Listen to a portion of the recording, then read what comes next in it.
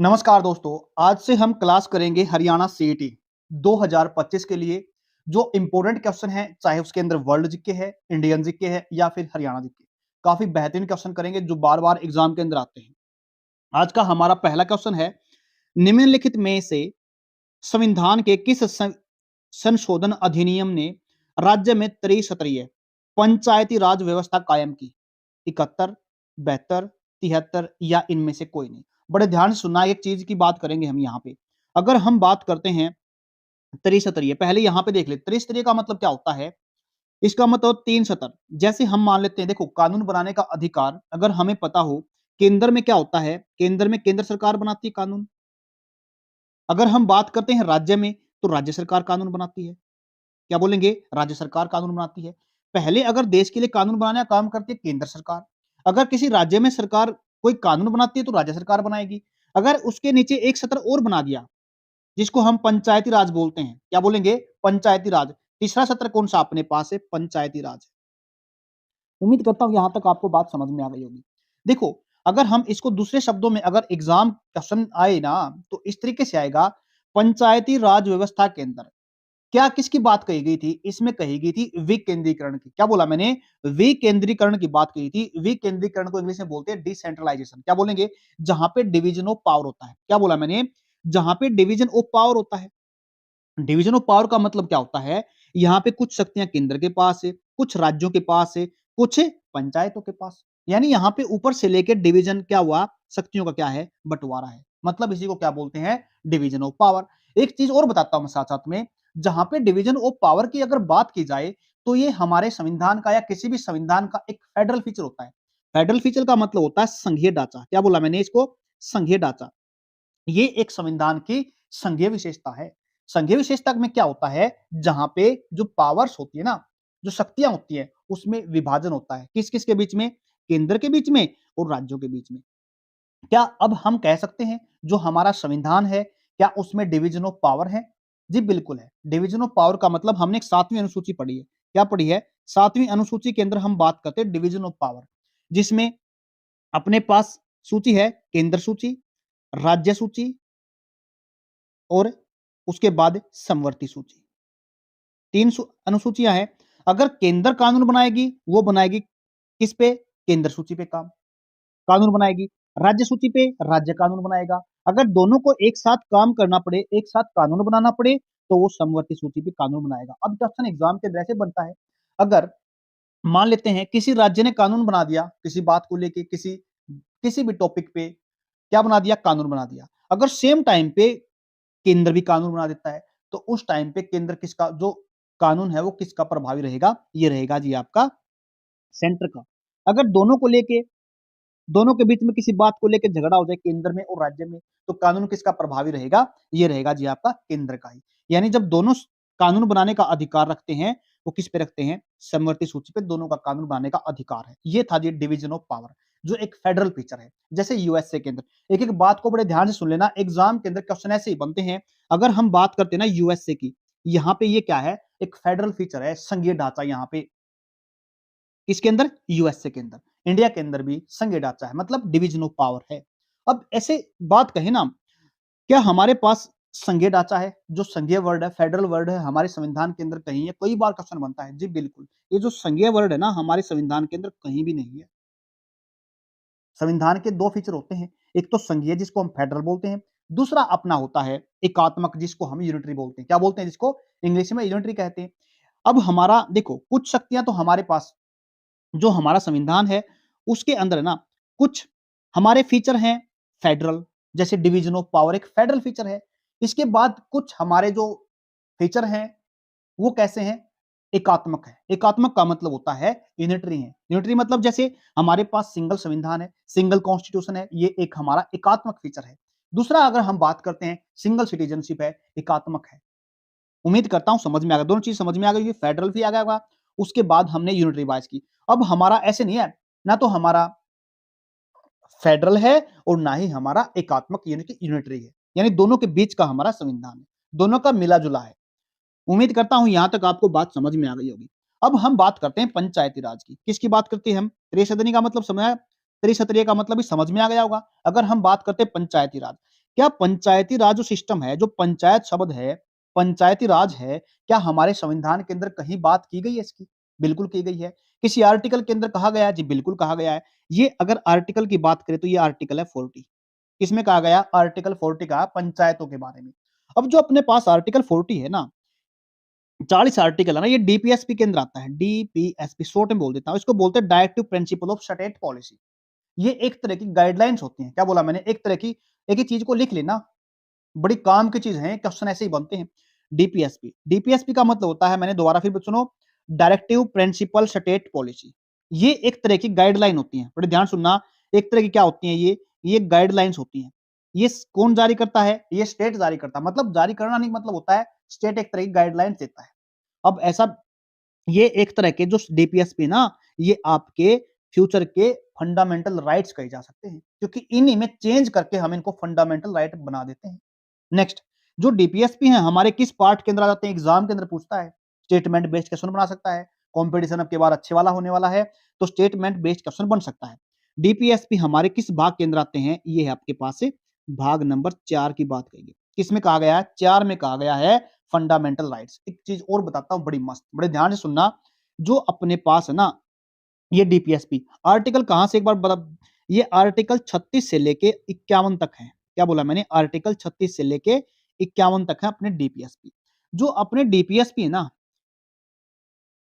ये कहां से लिए गए? ये भी क्वेश्चन कई बार बनाता है। चलो, ये आयरलैंड से लिए गए हैं। कहां से लिए गए हैं? आयरलैंड से लिए गए हैं। अब बड़े ध्यान सुनना, एक जो बात बताने जा रहा हूं बड़ी खास है। एग्जाम के अंदर अगर अपने पास है जो डीपीएसपी है ना, इनको ये एक तरह की आइडियोलॉजी के आधार पे रखा गया है। आइडियोलॉजी का मतलब विचारधाराओं के आधार पे।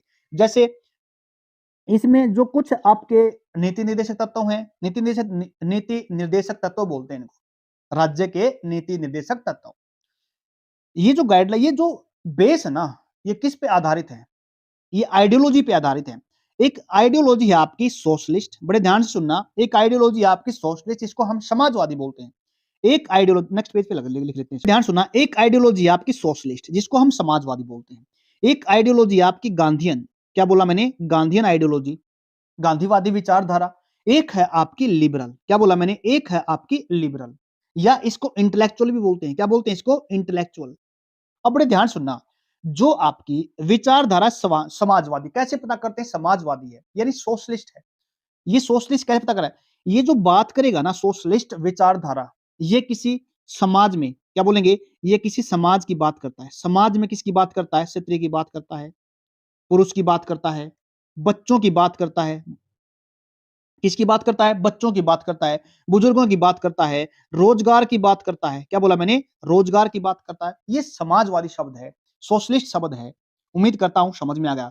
दूसरा शब्द आपका गांधीयन आइडियोलॉजी, एग्जाम के अंदर पूछा जा सकता है। जो आर्टिकल 40 है आपका, 40 अनुच्छेद के अनुसार, ये किस आइडियोलॉजी, किस विचारधारा पे काम करता है? गांधीयन आइडियोलॉजी, सोशलिस्ट, या फिर इंटेलेक्चुअल, या जिसको हम लिबरल भी बोलते हैं। जो अपना गांधीयन है ना, ये किस विचारधारा पे काम करता है? ये करता है लघु उद्योगों पे। क्या बोला मैंने? लघु उद्योगों पे। जो गांधीयन आइडियोलॉजी है, ये ग्रामीण स्वराज की बात करता है। क्या बोलेंगे? ग्रामीण स्वराज की बात करता है। ये ट्रस्टीशिप की बात करता है, ट्रस्टीशिप की बात करता है। उम्मीद करता हूं समझ में आया। गांधीयन आइडियोलॉजी किसकी बात करती है? लघु उद्योगों की बात करेगी, ग्रामीण स्वराज की बात करेगी, या ट्रस्टीशिप की बात करेगी। अब तीसरा, तीसरा है जो एक सभी की बात करेगा। बड़े ध्यान सुनना, सभी की मतलब सोशलिस्ट की बात करेगा और गांधीयन की बात करेगा। यानी ये सभी को लेके चलता है, सभी विचारधाराओं को लेके चलता है। ये एक अन्य तरह की विचारधारा। उम्मीद करता हूं समझ में आ गया होगा, तीनों समझ में आ गई है। अब आप देख सकते हो जो आर्टिकल 14 है आपका, सॉरी 40 है, 40 आर्टिकल के अनुसार अब किस आइडियोलॉजी की बात कही गई है, विचारधारा, किस विचारधारा पे अपना आर्टिकल 40 काम करता है। तो आप कह सकते हो किसकी बात की है हमने? ग्रामीण स्वराज। ग्रामीण स्वराज का मतलब, स्वराज का मतलब होता है अपना जो राज चलाना होता है, अपना राज, अपना शासन खुद का, उसको बोलते हैं स्वराज। तो ये किसकी बात कर रहा है यहाँ पे? गांधीयन आइडियोलॉजी में काम करता है। कौन सा? आर्टिकल 40। उम्मीद करता हूं समझ में आ गया होगा। बहुत इंपॉर्टेंट चीज थी ये समझने के लिए। अब एक बात और बताता हूं आपको, जो ये आपका पंचायती राज है ना, क्या ये किसी आर्टिकल का तो बता दिया हमने, ये कब आया था? ये किस भाग के अंदर आता है? ये भाग आपका जो पार्ट है ना, ये 9 पार्ट के अंदर आता है, यानी 9वें भाग के अंदर आता है। अगर हम आर्टिकल की बात करते हैं, तो ये आर्टिकल है ना, ये कहाँ से 243 आर्टिकल से लेके 243 ओ तक है ये। एक-एक चीज़ लिख लेना, बहुत इंपॉर्टेंट चीज़ है। अगर इसके लिए अनुसूची की बात करते हैं, अनुसूची कौन-सी बनाई गई है इसके लिए? 11वीं अनुसूची बनाई गई। कौन-सी बनाई गई है? 11वीं अनुसूची बनाई गई है। अब एक चीज़ और बताता हूँ, सबसे पहले पंचायती राज लागू करने वाला राज्य कौन-सा था? ये था आपका राजस्थान। कौन-सा था ये? राजस्थान था। ये कब किया था इन्होंने? 2 अक्टूबर। 2 अक्टूबर ही क्यों लिया इन्होंने? 2 अक्टूबर 1959 की बात की गई है। राजस्थान यानी नगोरा डिस्ट्रिक्ट की बात। उसमें एक गाँव है जिसको बोलते हैं बदगरी गाँव, इसमें किया गया था।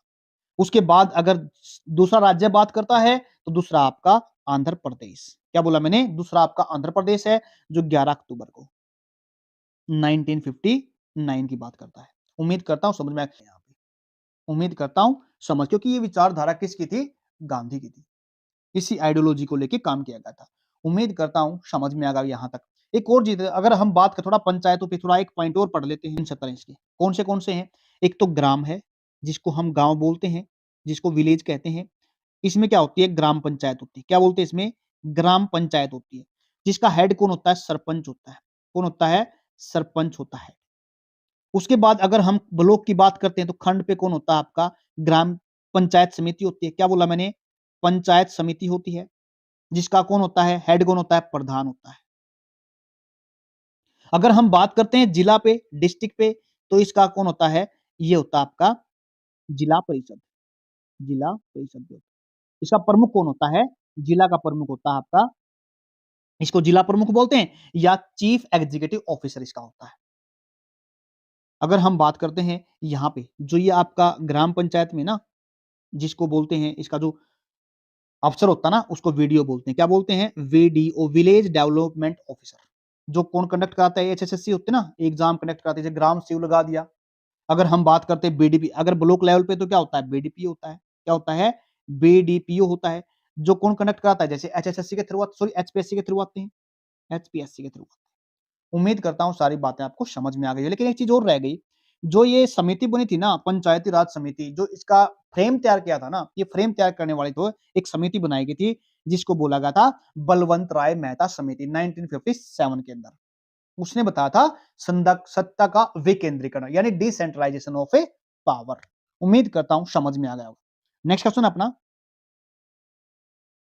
सोहना नगर किस कारण से प्रसिद्ध है? झीलों के लिए,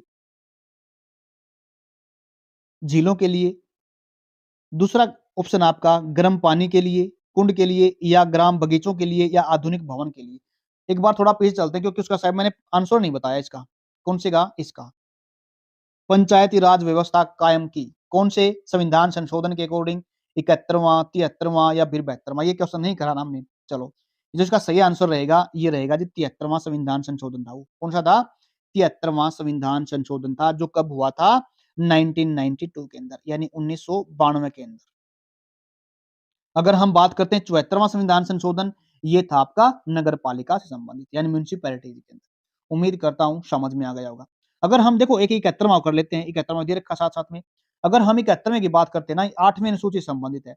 8वीं अनुसूची भाषाओं के बारे में बताती है हमारे को, जिसमें 3 भाषाएँ जोड़ी गई थी, कोंकणी, मणिपुर और नेपाली। यानी 1992 के अंदर ही संशोधन हुआ था ये भी। उम्मीद करता हूँ समझ में आ गया। अब देखते हैं अपना नेक्स्ट क्वेश्चन वो। सोहना नगर किस कारण से प्रसिद्ध है? झीलों के लिए, गर्म पानी के कुंड के लिए, बाग बगीचों के लिए या आधुनिक भवनों के लिए? किसके लिए प्रसिद्ध है जो सोहना है? बताओ एक बार फिर मैं बताता हूँ आपको। सोहना नगर, सोहना नगर पहले देखो कहाँ पे है? चलो बताते हैं। ये किसके लिए प्रसिद्ध है? गर्म पानी के कुंड के लिए प्रसिद्ध है। ये है कहाँ पे? सोहना आपका गुरुग्राम के अंदर। क्या बोला मैंने? गुरुग्राम के अंदर स्थित है ये। गुरुग्राम कब बना था? ये तो कर लोगे 1966 के अंदर बना था ये तो। पहले बन गया जब अपना हरियाणा बना था। अब जो ये सोना ना किसके लिए प्रसिद्ध है? ये है गर्म पानी के कुंड के लिए। गर्म पानी देखो इसमें गर्म पानी का कारण क्या है? इसके अंदर एक गंधक है। क्या बोलेंगे? गंधक पाई जाती है और गंधक का नेचर क्या होता है? ये गर्म होती है। जिसका टेम्परेचर होता है ना, क्या बोला मैंने? जिसका टेम्परेचर होता है 46 डिग्री से लेके 51 डिग्री के लगभग होता है, जिसके कारण क्या होता है, ये पानी गर्म होता है। और प्राचीन मान्यताओं के आधार पर हम कह सकते हैं यहाँ पे ये शिव मंदिर के लिए भी प्रसिद्ध है। क्या बोलेंगे? शिव मंदिर, या इसको शिव कुंड भी कहा जाता है। क्या बोलेंगे? शिव कुंड भी कहा जाता है। और ये दमदमा झील के लिए, याद रखना, सोहना नगर किसके लिए प्रसिद्ध है? गर्म पानी के लिए। और गुरुग्राम, एक चीज और है यहाँ पे, दमदमा झील के लिए भी प्रसिद्ध है। उम्मीद करता हूँ समझ में आ गया होगा। यानी इसका आंसर क्या रहेगा? सही बी रहेगा। नेक्स्ट क्वेश्चन अपने पास, हरियाणा में राज्यपाल के रूप में सर्वाधिक कार्यकाल किसका रहा है? राज्यपाल की बात करते हैं, ये होता है स्टेट का। अगर हम बात करते हैं अपने सेंटर की, सेंटर में कौन होता है? देखो, जैसे सेंटर की सरकार होती है ना, सेंटर का मतलब केंद्र, केंद्र में, केंद्र के अंदर कौन होता है? एक प्रेसिडेंट होता है। जैसे कानून बनाने का काम कौन करती है? संसद करती है। प्रेसिडेंट होता है संसद के अंदर, याद रखना, प्रेसिडेंट होता है। एक होता है लोअर हाउस, एक होता है अपर हाउस। क्या बोला मैंने? एक होता है अपर हाउस। इसको तीनों को मिला के बनती है अपनी संसद यानी पार्लियामेंट। उम्मीद करता हूं समझ में आ गया होगा। जैसे अपने देश का, जैसे पार्लियामेंट का या फिर हमारे राष्ट्र का, हमारे नेशन का जो हेड होता है ना, वो कौन होता है? प्रेसिडेंट ऑफ इंडिया होता है। ये होता है हेड। इसको हम एग्जीक्यूटिव यानी कार्यपालिका का हेड भी कहते हैं। ऐसे ही अपने राज्य की बात करते हैं ना, किसकी बात करते हैं हम? राज्य की बात करते हैं, स्टेट की बात करते हैं।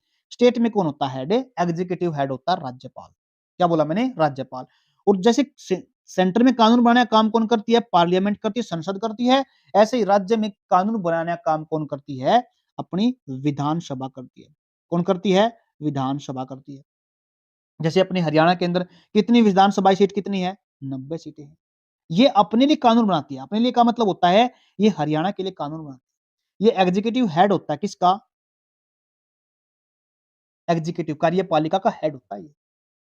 यानी कार्यों को जो एग्जीक्यूट करते हैं ना, देखो पहले बड़े ध्यान समझना, ये अपनी हो गई विधान पालिका।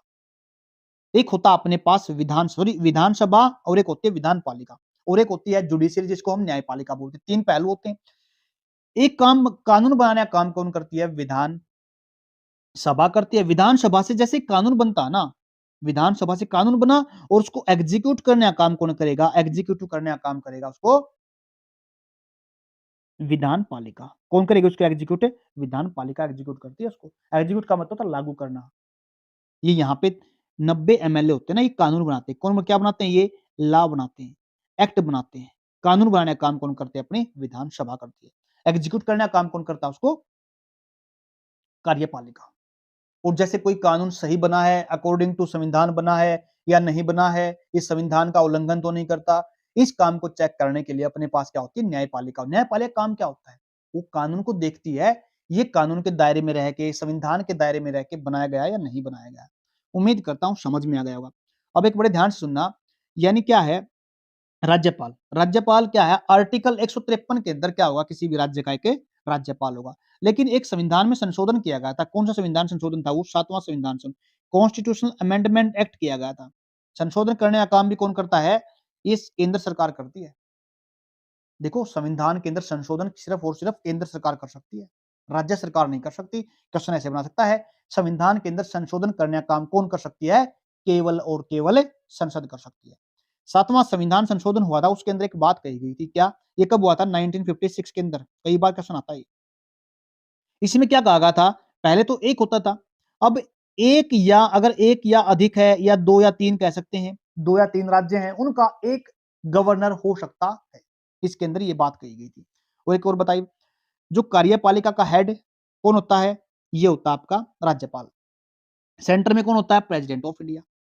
एक राज्यपाल होगा। 21 आर्टिकल के अंदर कहा गया आर्टिकल, और देख लो कई बार एग्जाम के अंदर 153 आर्टिकल, 154 आर्टिकल होता है कार्यपालिका का।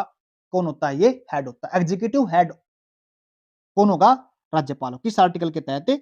154 आर्टिकल के तहत। एक और चीज, अगर कई बार क्वालिफिकेशन भी एग्जाम के अंदर आ जाते हैं। क्या बोला मैंने? क्वालिफिकेशन एग्जाम के अंदर आ जाती हैं। ये सिटीजन ऑफ इंडिया, पहली क्वालिफिकेशन सिटीजन ऑफ इंडिया होना जरूरी है। दूसरी, इसकी एज 35 होना जरूरी है। और तीसरी, ये किसी लाभ के पद पे ना हो। क्या बोला मैंने? लाभ के पद पे ना हो। जो ये लाभ का पद है ना, ये हमारे संविधान के अंदर कहीं भी डिफाइन नहीं है, इसकी कोई एक्सप्लेनेशन नहीं है। ये भी देख लेना। कई बार कहीं क्वेश्चन बना के दे दे एग्जाम के अंदर कि जो ये अपने पास लाभ का पद जो हम बात करते हैं, क्या ये संविधान के अंदर कहीं बात की गई है? बिल्कुल भी नहीं की गई है। अब एक चीज और साथ-साथ में कर लेते हैं डिस्कस, अब सारे आ गए राज्यपाल। राज्यपाल होता ना जो इसको संविधान की रक्षा के लिए वो लोगों के कल्याण के लिए शपथ दिलाई जाती है। जो शपथ लेता ना संविधान की रक्षा करेगा और लोगों के कल्याण की बात करेगा, इसकी शपथ लेता। शपथ कौन दिलाता है?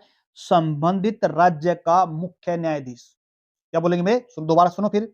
संबंधित राज्य का जो हाई कोर्ट होता है ना, उसका मुख्य न्यायाधीश कौन क्या दिलाता है इसको? शपथ दिलाता है। और टेन्योर कितना होता है इसका? 5 साल के लिए टेन्योर होता है, 5 साल। 5 साल के लिए इसको प्रेसिडेंट जो राष्ट्रपति होता है वो भेजता है किसी भी राज्य के अंदर। उम्मीद करता हूं समझ में आ गया होगा। अब ये बात क्या कह रहा है? हरियाणा में राज्यपाल के सर्वाधिक कार्यकाल किसका रहा है? सबसे ज्यादा कार्यकाल किसका रहा है? ये रहा है वीएन चक्रवर्ती। क्या बोलेंगे? वीएन चक्रवर्ती यानी वीरेंद्र नारायण चक्रवर्ती। कब से कब रहा इनका? इनका रहा है 15 सितंबर 1967 से लेके 26 मार्च 1976, यानी 15 सितंबर 1967 से लेके 26 मार्च 1976 तक रहा है। ये कौन से नंबर के थे? ये दूसरे नंबर के राज्यपाल थे। पहले नंबर के कौन थे? धर्मवीर थे। कई बार एग्जाम के अंदर आता धर्मवीर पहले नंबर के थे। अगर हम बात करते हैं प्रेजेंट कौन से हैं? 18वें हैं बंडारू दत्तात्रेय, 18वें राज्यपाल हैं। नेक्स्ट क्वेश्चन अपने पास, पहली महिला पर्वतारोही जिसने 2 बार माउंट एवरेस्ट पर विजय प्राप्त की? संतोष यादव, सुनीता शर्मा, मल्लेश्वरी या ममता खर्ग? अगर हम बात करते ना पहली महिला पर्वतारोही जिसने 2 बार माउंट एवरेस्ट को क्या किया था? विजय प्राप्त की थी। ये कौन थी आपकी? ये थी संतोष यादव। बहुत बार एग्जाम के अंदर आता संतोष यादव। अब अगर संतोष यादव का सुना जाता है, ये कहाँ की थी? ये रेवाड़ी से थी। कहाँ से थे ये? रेवाड़ी से थी। रेवाड़ी का भी जोनियावास गांव था इसका। क्या था ये? जोनियावास गांव। अब इसका जन्म भी पूछ लेते हैं। 10 अक्टूबर 1967 को इसका क्या हुआ था? जन्म हुआ था। और इसने 2 बार जो माउंट एवरेस्ट या पर्वतारोही के रूप में जो विजय प्राप्त की थी ना, ये कब की थी? ये की थी मई 19 एक बार तो 1992 में और एक बार 1993 में। और किस साइड से चढ़ी थी ये? कांगसुन की तरफ से आई थी। कहां से? कांगसुन की तरफ से ही चढ़ी थी। उम्मीद करता हूं समझ में आ गया। नेक्स्ट क्वेश्चन अपना, भारतीय संविधान के किस संशोधन द्वारा प्रस्तावना में 2 शब्द समाजवादी धर्मनिरपेक्ष जोड़े गए थे? यानी अगर हम बात करते ना प्रस्तावना के अंदर 3 शब्द जोड़े गए थे, समाजवादी धर्मनिरपेक्ष निरपेक्ष और एक अखंडता शब्द जोड़ा गया था। क्या बोला मैंने? अखंडता शब्द जोड़ा गया था।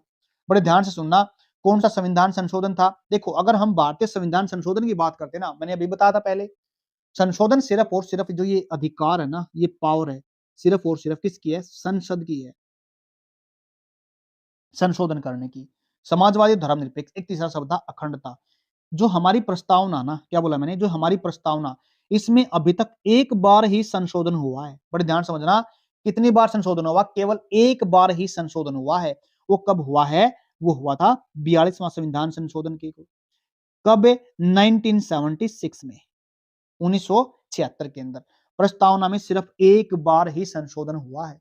क्या प्रस्तावना हमारे संविधान का भाग है? अगर इसका जवाब रहेगा बिल्कुल हमारे संविधान का भाग है। किसने कही है ये बातें? ये एक केस हुआ था 1973, केशवानंदन भारती केस ने ये कहा था ये हमारे संविधान का भाग है। कौन? प्रस्तावना। एक बार संशोधन हो चुका है 1976 के अंदर। 3 शब्दों को जोड़ा गया था, समाजवादी धर्मनिरपेक्ष और अखंडता शब्द। अगर हम बात करते हैं हमारे संविधान के अंदर 5 शब्द बहुत इंपॉर्टेंट हैं। एक है प्रभुत्व संपन्न, जिसको हम सोवरन बोलते हैं। यानी सोवरेंटी का मतलब क्या होता है? प्रभुत्व संपन्न। हम अपने डिसीजन किसी के दबाव में आके नहीं लेंगे। हम का मतलब क्या? हम भारतीय, यानी हम ना किसी आंतरिक दबाव में ना किसी बाहरी दबाव में कोई डिसीजन नहीं लेंगे। उसको बोलते प्रभुत्व संपन्न। सोवरन शब्द। क्या बोला मैंने? सोवरन शब्द। दूसरा शब्द अपने पास आता है समाजवादी, यानी सोशलिस्ट की बात करते हैं। किसकी बात करते हैं? सोशलिस्ट। सोशलिस्ट हमने अभी अभी पढ़ा था, यानी सोशलिस्ट। एग्जाम के अंदर एज इट इज पूछ सकता है। पहला सोवरन है, दूसरा सोशलिस्ट है। तीसरा शब्द अपने पास सेकुलर। क्या बोला मैंने? सेकुलर। सेकुलर का मतलब होता है लोक धर्म निरपेक्ष, मतलब हम हर सब धर्मों की क्या करेंगे? रिस्पेक्ट करेंगे। हम सब धर्मों की क्या करेंगे? यहाँ पे रिस्पेक्ट करेंगे। तीसरा शब्द आ गया अपने पास सेकुलर। अपने पास नेक्स्ट शब्द है डेमोक्रेटिक, यानी हमारा जो देश होगा कैसा होगा, वो लोकतांत्रिक होगा, लोगों के द्वारा सरकार बनाई जाएगी, लोगों के लिए बनाई जाएगी। नेक्स्ट अपने पास रिपब्लिक,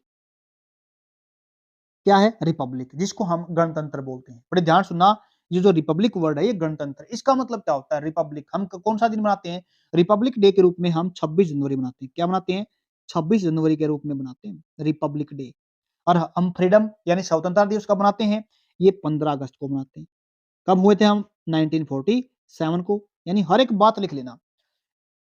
अब आते हैं वापस अपने पॉइंट पे, यानी रिपब्लिक। रिपब्लिक का मतलब क्या होता है, गणतंत्र। गणतंत्र का मतलब होता है जिस भी राष्ट्र का, राष्ट्र मतलब देश, देश का मतलब स्टेट भी कह सकते हैं। पॉलिटिकल साइंस के अंदर राष्ट्र देश को क्या बोला गया, स्टेट भी कह सकते हैं।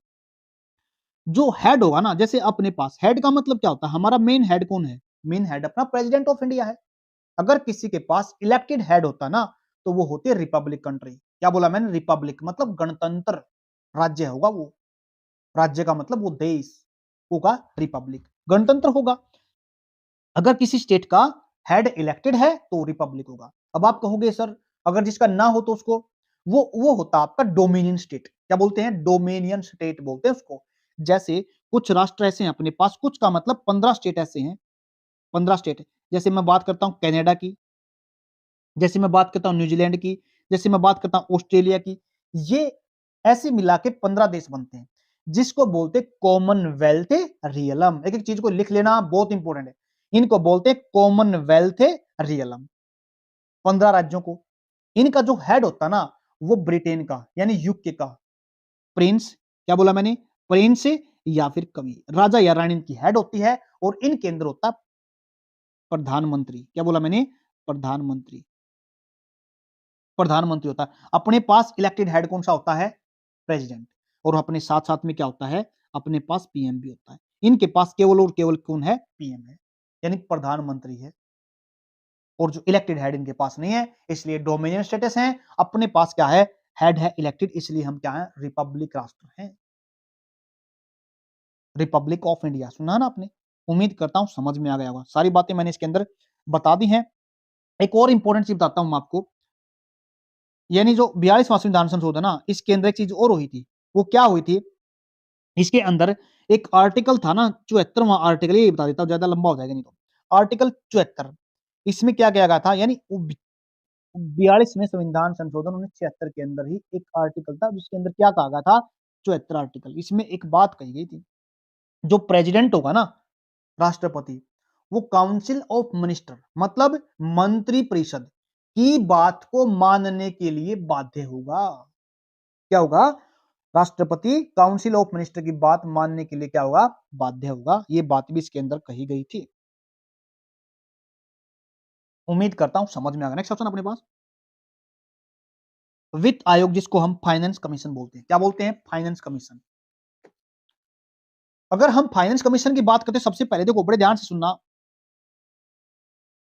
वित्त आयोग, ये हमारे आर्टिकल 280 में कही गई ये बात। क्या कही गई है, 280, जो हमारा संविधान है ना, अगर किसी मान लेते हैं संविधान के अंदर उसके बारे में लिखा है, जैसे हमारा संविधान कहता आर्टिकल 280 के अनुसार हमारे पास एक वित्त आयोग होगा, जिसका चुनाव राष्ट्रपति यानी प्रेसिडेंट ऑफ इंडिया कितने टाइम के बाद करेगा, 5 साल के बाद कर सकता है। अगर उसको लगता है राष्ट्रपति को पहले भी कर सकता 5 साल से। उम्मीद करता हूं ये समझ में आ गया होगा। और जो हमारा पहला फाइनेंस कमीशन बना था ना, ये बना था 1951 को। और इसके फाइनेंस कमीशन के अध्यक्ष चेयरमैन कौन थे, ये थे आपके के.सी. नियोगी। इसके अंदर एग्जाम के अंदर पूछ लेता है कितने मेंबर होते हैं, ये 1+4 होते हैं। मतलब एक तो इसका चेयरमैन होता है, 4 अन्य होते हैं। पेपर के अंदर होता है जो हमारा फाइनेंस कमीशन है, वित्त आयोग है, उसके अंदर कितने मेंबर हैं, 2 हैं, 3 हैं, 4 हैं। स्टेटमेंट बेस्ड क्वेश्चन बन सकता है। उम्मीद करता हूं समझ में आ गया। एक और बात, जो फाइनेंस कमीशन बनाया जाता है राष्ट्रपति के द्वारा, जो ये सिफारिशें करता है, रिकमेंडेशन देता है, क्या राष्ट्रपति के लिए बाध्य होती हैं, मैंडेटरी होती है, मान जाती हैं, बिल्कुल भी नहीं, मैंडेटरी नहीं होती। अब इसका ऑप्शन देख लेते हैं। पंचवर्षीय योजनाएं क्या काम करता है, पंचवर्षीय योजनाएं बनाता है, नहीं बनाता। पंचवर्षीय योजनाएं तो हमारी बदल गई है, पंचवर्षीय योजनाएं अब नहीं बनाई जाती। योजना आयोग बनाता था। अब ये मौद्रिक नीति तय करते हैं। मौद्रिक नीति को तैयार कौन करता है अपने पास? मॉनेटरी पॉलिसी ये करता है अपने पास आरबीआई। कौन करता है? आरबीआई करता है मॉनेटरी पॉलिसी। केंद्रीय सरकार के कर्मचारियों के वेतन में संशोधन की सिफारिश से करता है? बिल्कुल भी नहीं करता। तो करता क्या है? केंद्र और राज्यों के बीच संसाधनों के बंटवारे पे क्या करता है? निर्णय करता है। ये इसका सही आंसर रहेगा। उम्मीद करता हूं समझ में आ गया होगा। नेक्स्ट क्वेश्चन अपने पास, त्रावडी, इसको हम त्राइन भी बोलते हैं, में लड़े गए प्रथम युद्ध में किसकी विजय हुई थी? त्राइन के 3 युद्ध बोले जाते हैं। त्राइन का प्रथम, देखो तीनों युद्ध लिख देता हूं मैं। एक हुआ था 1991 में, बार-बार क्वेश्चन आते हैं। सॉरी 19 नहीं, 1191 में, यानी 1191 में। दूसरा हुआ था 1192 के अंदर, और तीसरा हुआ था आपका युद्ध 1216 के अंदर। 3 युद्ध माने जाते हैं। किसके? त्राइन। त्राइन मतलब त्रावडी। ये कहां पे? करनाल में पड़ती है, करनाल में। पहला युद्ध हुआ था ना जो त्राइन का 1191 के अंदर, ये हुआ था गोरी के बीच में, गोरी और पृथ्वीराज चौहान, पृथ्वीराज चौहान के बीच। पहले में गोरी हार गया था और कौन जीत गया था? पृथ्वीराज चौहान जीत गया था। तो प्रथम युद्ध की में किसकी विजय हुई थी? पृथ्वीराज चौहान की। दूसरा, फिर दोनों के बीच में हुआ, गोरी के बीच में और पृथ्वीराज चौहान के बीच में। दूसरे में गोरी जीत गया था, यानी पृथ्वीराज चौहान मारा गया था।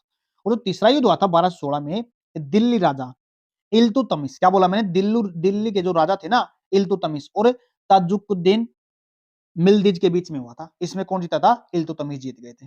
यानी 3 युद्ध याद रखना। नेक्स्ट अपने पास, चर्बी वाले कारतूस के प्रयोग से इनकार करने वाला प्रथम भारतीय सिपाही कौन था? नाना साहेब, बहादुर शाह, मंगल पांडे, तांत्या टोपे। चर्बी वाले कारतूस, अगर इसको, ये प्रथम सिपाही था अपने पास से मंगल पांडे। बंगाल नेटिव इन्फेंट्री की जो 34वीं रेजिमेंट थी ना, 34वीं रेजिमेंट थी, उसका क्या था? एक सिपाही था। और 1857 क्रांति थी ना अपने पास, इसके बहुत से कारण रहे हैं। ऐसे नहीं है सिर्फ और सिर्फ ये चर्बी वाले कारतूस है ना, एक इंस्टेंट मतलब तात्कालिक कांड रहा है। किसका? 1857 की क्रांति का। तो इसका सही आंसर क्या रहेगा? सी रहेगा। नेक्स्ट अपने पास, निम्नलिखित में से कौन सी आर्थिक क्रिया नहीं है? आर्थिक क्रिया का मतलब क्या होता है? जिससे हमारे को पैसा मिलता है, जो हमारे को क्या देती है? धन देती है। जैसे हमने दुकान कर ली, दुकान कर ली तो हम क्या करेंगे? अपना सामान बेचेंगे, सामान बेचेंगे तो क्या आएगा? पैसा आएगा। और कुछ काम करने लग गए हम, कोई भी काम जिससे हम धन अर्जित करते हैं, पैसा कमाते हैं, वो हमारी आर्थिक क्रिया होती है। अब देख लेते हैं, अपनी कक्षा में एक छात्र को पढ़ा रहा अध्यापक। देखो अगर जब किसी कक्षा के अंदर अध्यापक पढ़ाने जाएगा, किसी प्राइवेट स्कूल की बात करें, सरकारी स्कूल की बात करें, तो उसको क्या मिलेगी? पढ़ाने के नाम पे, पढ़ाने के एवज में क्या मिलेगा? उसको पैसा मिलेगा। इसका मतलब पैसा मिला तो इसका मतलब क्या हो गई? आर्थिक क्रिया हो गई। सही तो ये तो नहीं, गलत है। इसके अंदर क्या बताना हमने? गलत बताना है। जो नहीं आर्थिक क्रिया, ये तो आर्थिक क्रिया हो गई। सर्व शिक्षा अभियान के अंतर्गत छात्रों को पढ़ा रहा अध्यापक। अब जो सर्व शिक्षा अभियान है, इसके अंदर भी क्या करेंगे? टीचर अरेंज किए जाएंगे। अब अरेंज ऐसे थोड़ा ना कि सभी क्या गए हम फ्री पढ़ा देंगे, नहीं पढ़ाएंगे ना फ्री। फ्री तो कोई नहीं पढ़ा सकता, उनको पैसे चाहिए एवरेज के अंदर। तो ये भी क्या होगा? ये भी आपकी आर्थिक क्रिया के अंदर आता है। नेक्स्ट, घर में अपनी बेटी को पढ़ा रहा अध्यापक। ये इसका सही आंसर कैसे हो सकता है? बताओ। अब कोई पेरेंट्स है, कोई माँ-बाप है, टीचर है, वो अपने बच्चों को पढ़ाने के पैसे थोड़ा लेगा। क्या लेगा? अपने बच्चों को पढ़ाने के पैसे नहीं लेगा, उसको वहां से पैसे नहीं मिलेंगे। हाँ, वो एक अलग बात है, कोई बाहर से बड़ा ट्यूशन पे आ रहा है और उससे पैसे ले सकता है, वो आर्थिक क्रिया हो सकती है। लेकिन अपने बच्चे को पढ़ाना ये आर्थिक क्रिया के अंदर नहीं आता जी। सही आंसर क्या रहेगा इसका? ये रहेगा सी। नेक्स्ट अपने पास, अपने निवास से परामर्श सेवाएं उपलब्ध करा रहा अध्यापक। नहीं नहीं, सेवाएं उपलब्ध कराएगा तो इसका मतलब पैसे ले सकता है, ये भी नहीं हो सकती। यहां से नहीं हो सकता जी।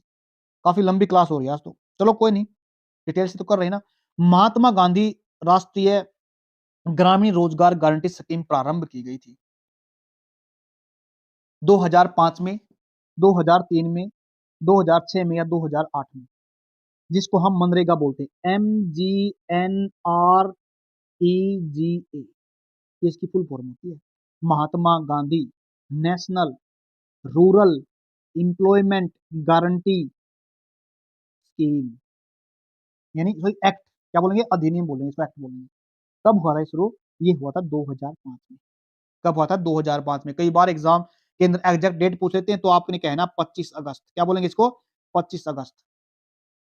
इसमें क्या कहा गया है, इस योजना के तहत यानी ग्रामीणों को क्या दिलाया जाएगा, रोजगार दिलाया। कितने दिन का रोजगार है, 100 दिन के रोजगार की बात करता है ये।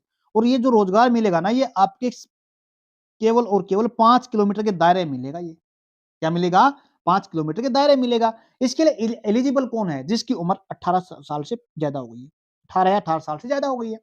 और इसके लिए क्वालिफिकेशन 18 साल है। और होना कौन जरूरी है, वो आपका रूरल होना चाहिए, ग्रामीण बंदा होना चाहिए। क्या बोलेंगे, रूरल होना चाहिए वो आपका। और जो इसकी वेजेज है ना, क्या बोलेंगे, वेजेज का मतलब हमारे पास जो पैसे मिलते हैं ना हमारे को, पैसे मतलब जिसको हम दिहाड़ी बोलते हैं, कितनी दिहाड़ी, ये डिसाइड कौन करता है, ये ministry of rural development decide करता है। बहुत देखो, पेपर आसान तो नहीं होगा, पेपर मस्त बनेगा, तो हम सारी चीजें इसलिए पढ़ रहे हैं।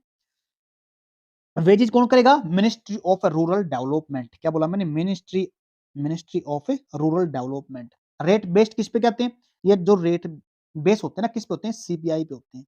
सीपीआई एल, एल का मतलब कंज्यूमर प्राइस इंडेक्स। क्या बोलेंगे, कंज्यूमर प्राइस इंडेक्स। और एग्रीकल्चर लेबर पे इसको डिफाइन किया जाता है, बेस बना के किया जाता है। इस पे कितना इसका वेज रहेगा, कितना इसका क्या रहेगा, दिहाड़ी रहेगी। उम्मीद करता हूं समझ में आ गया। नेक्स्ट क्वेश्चन अपने पास,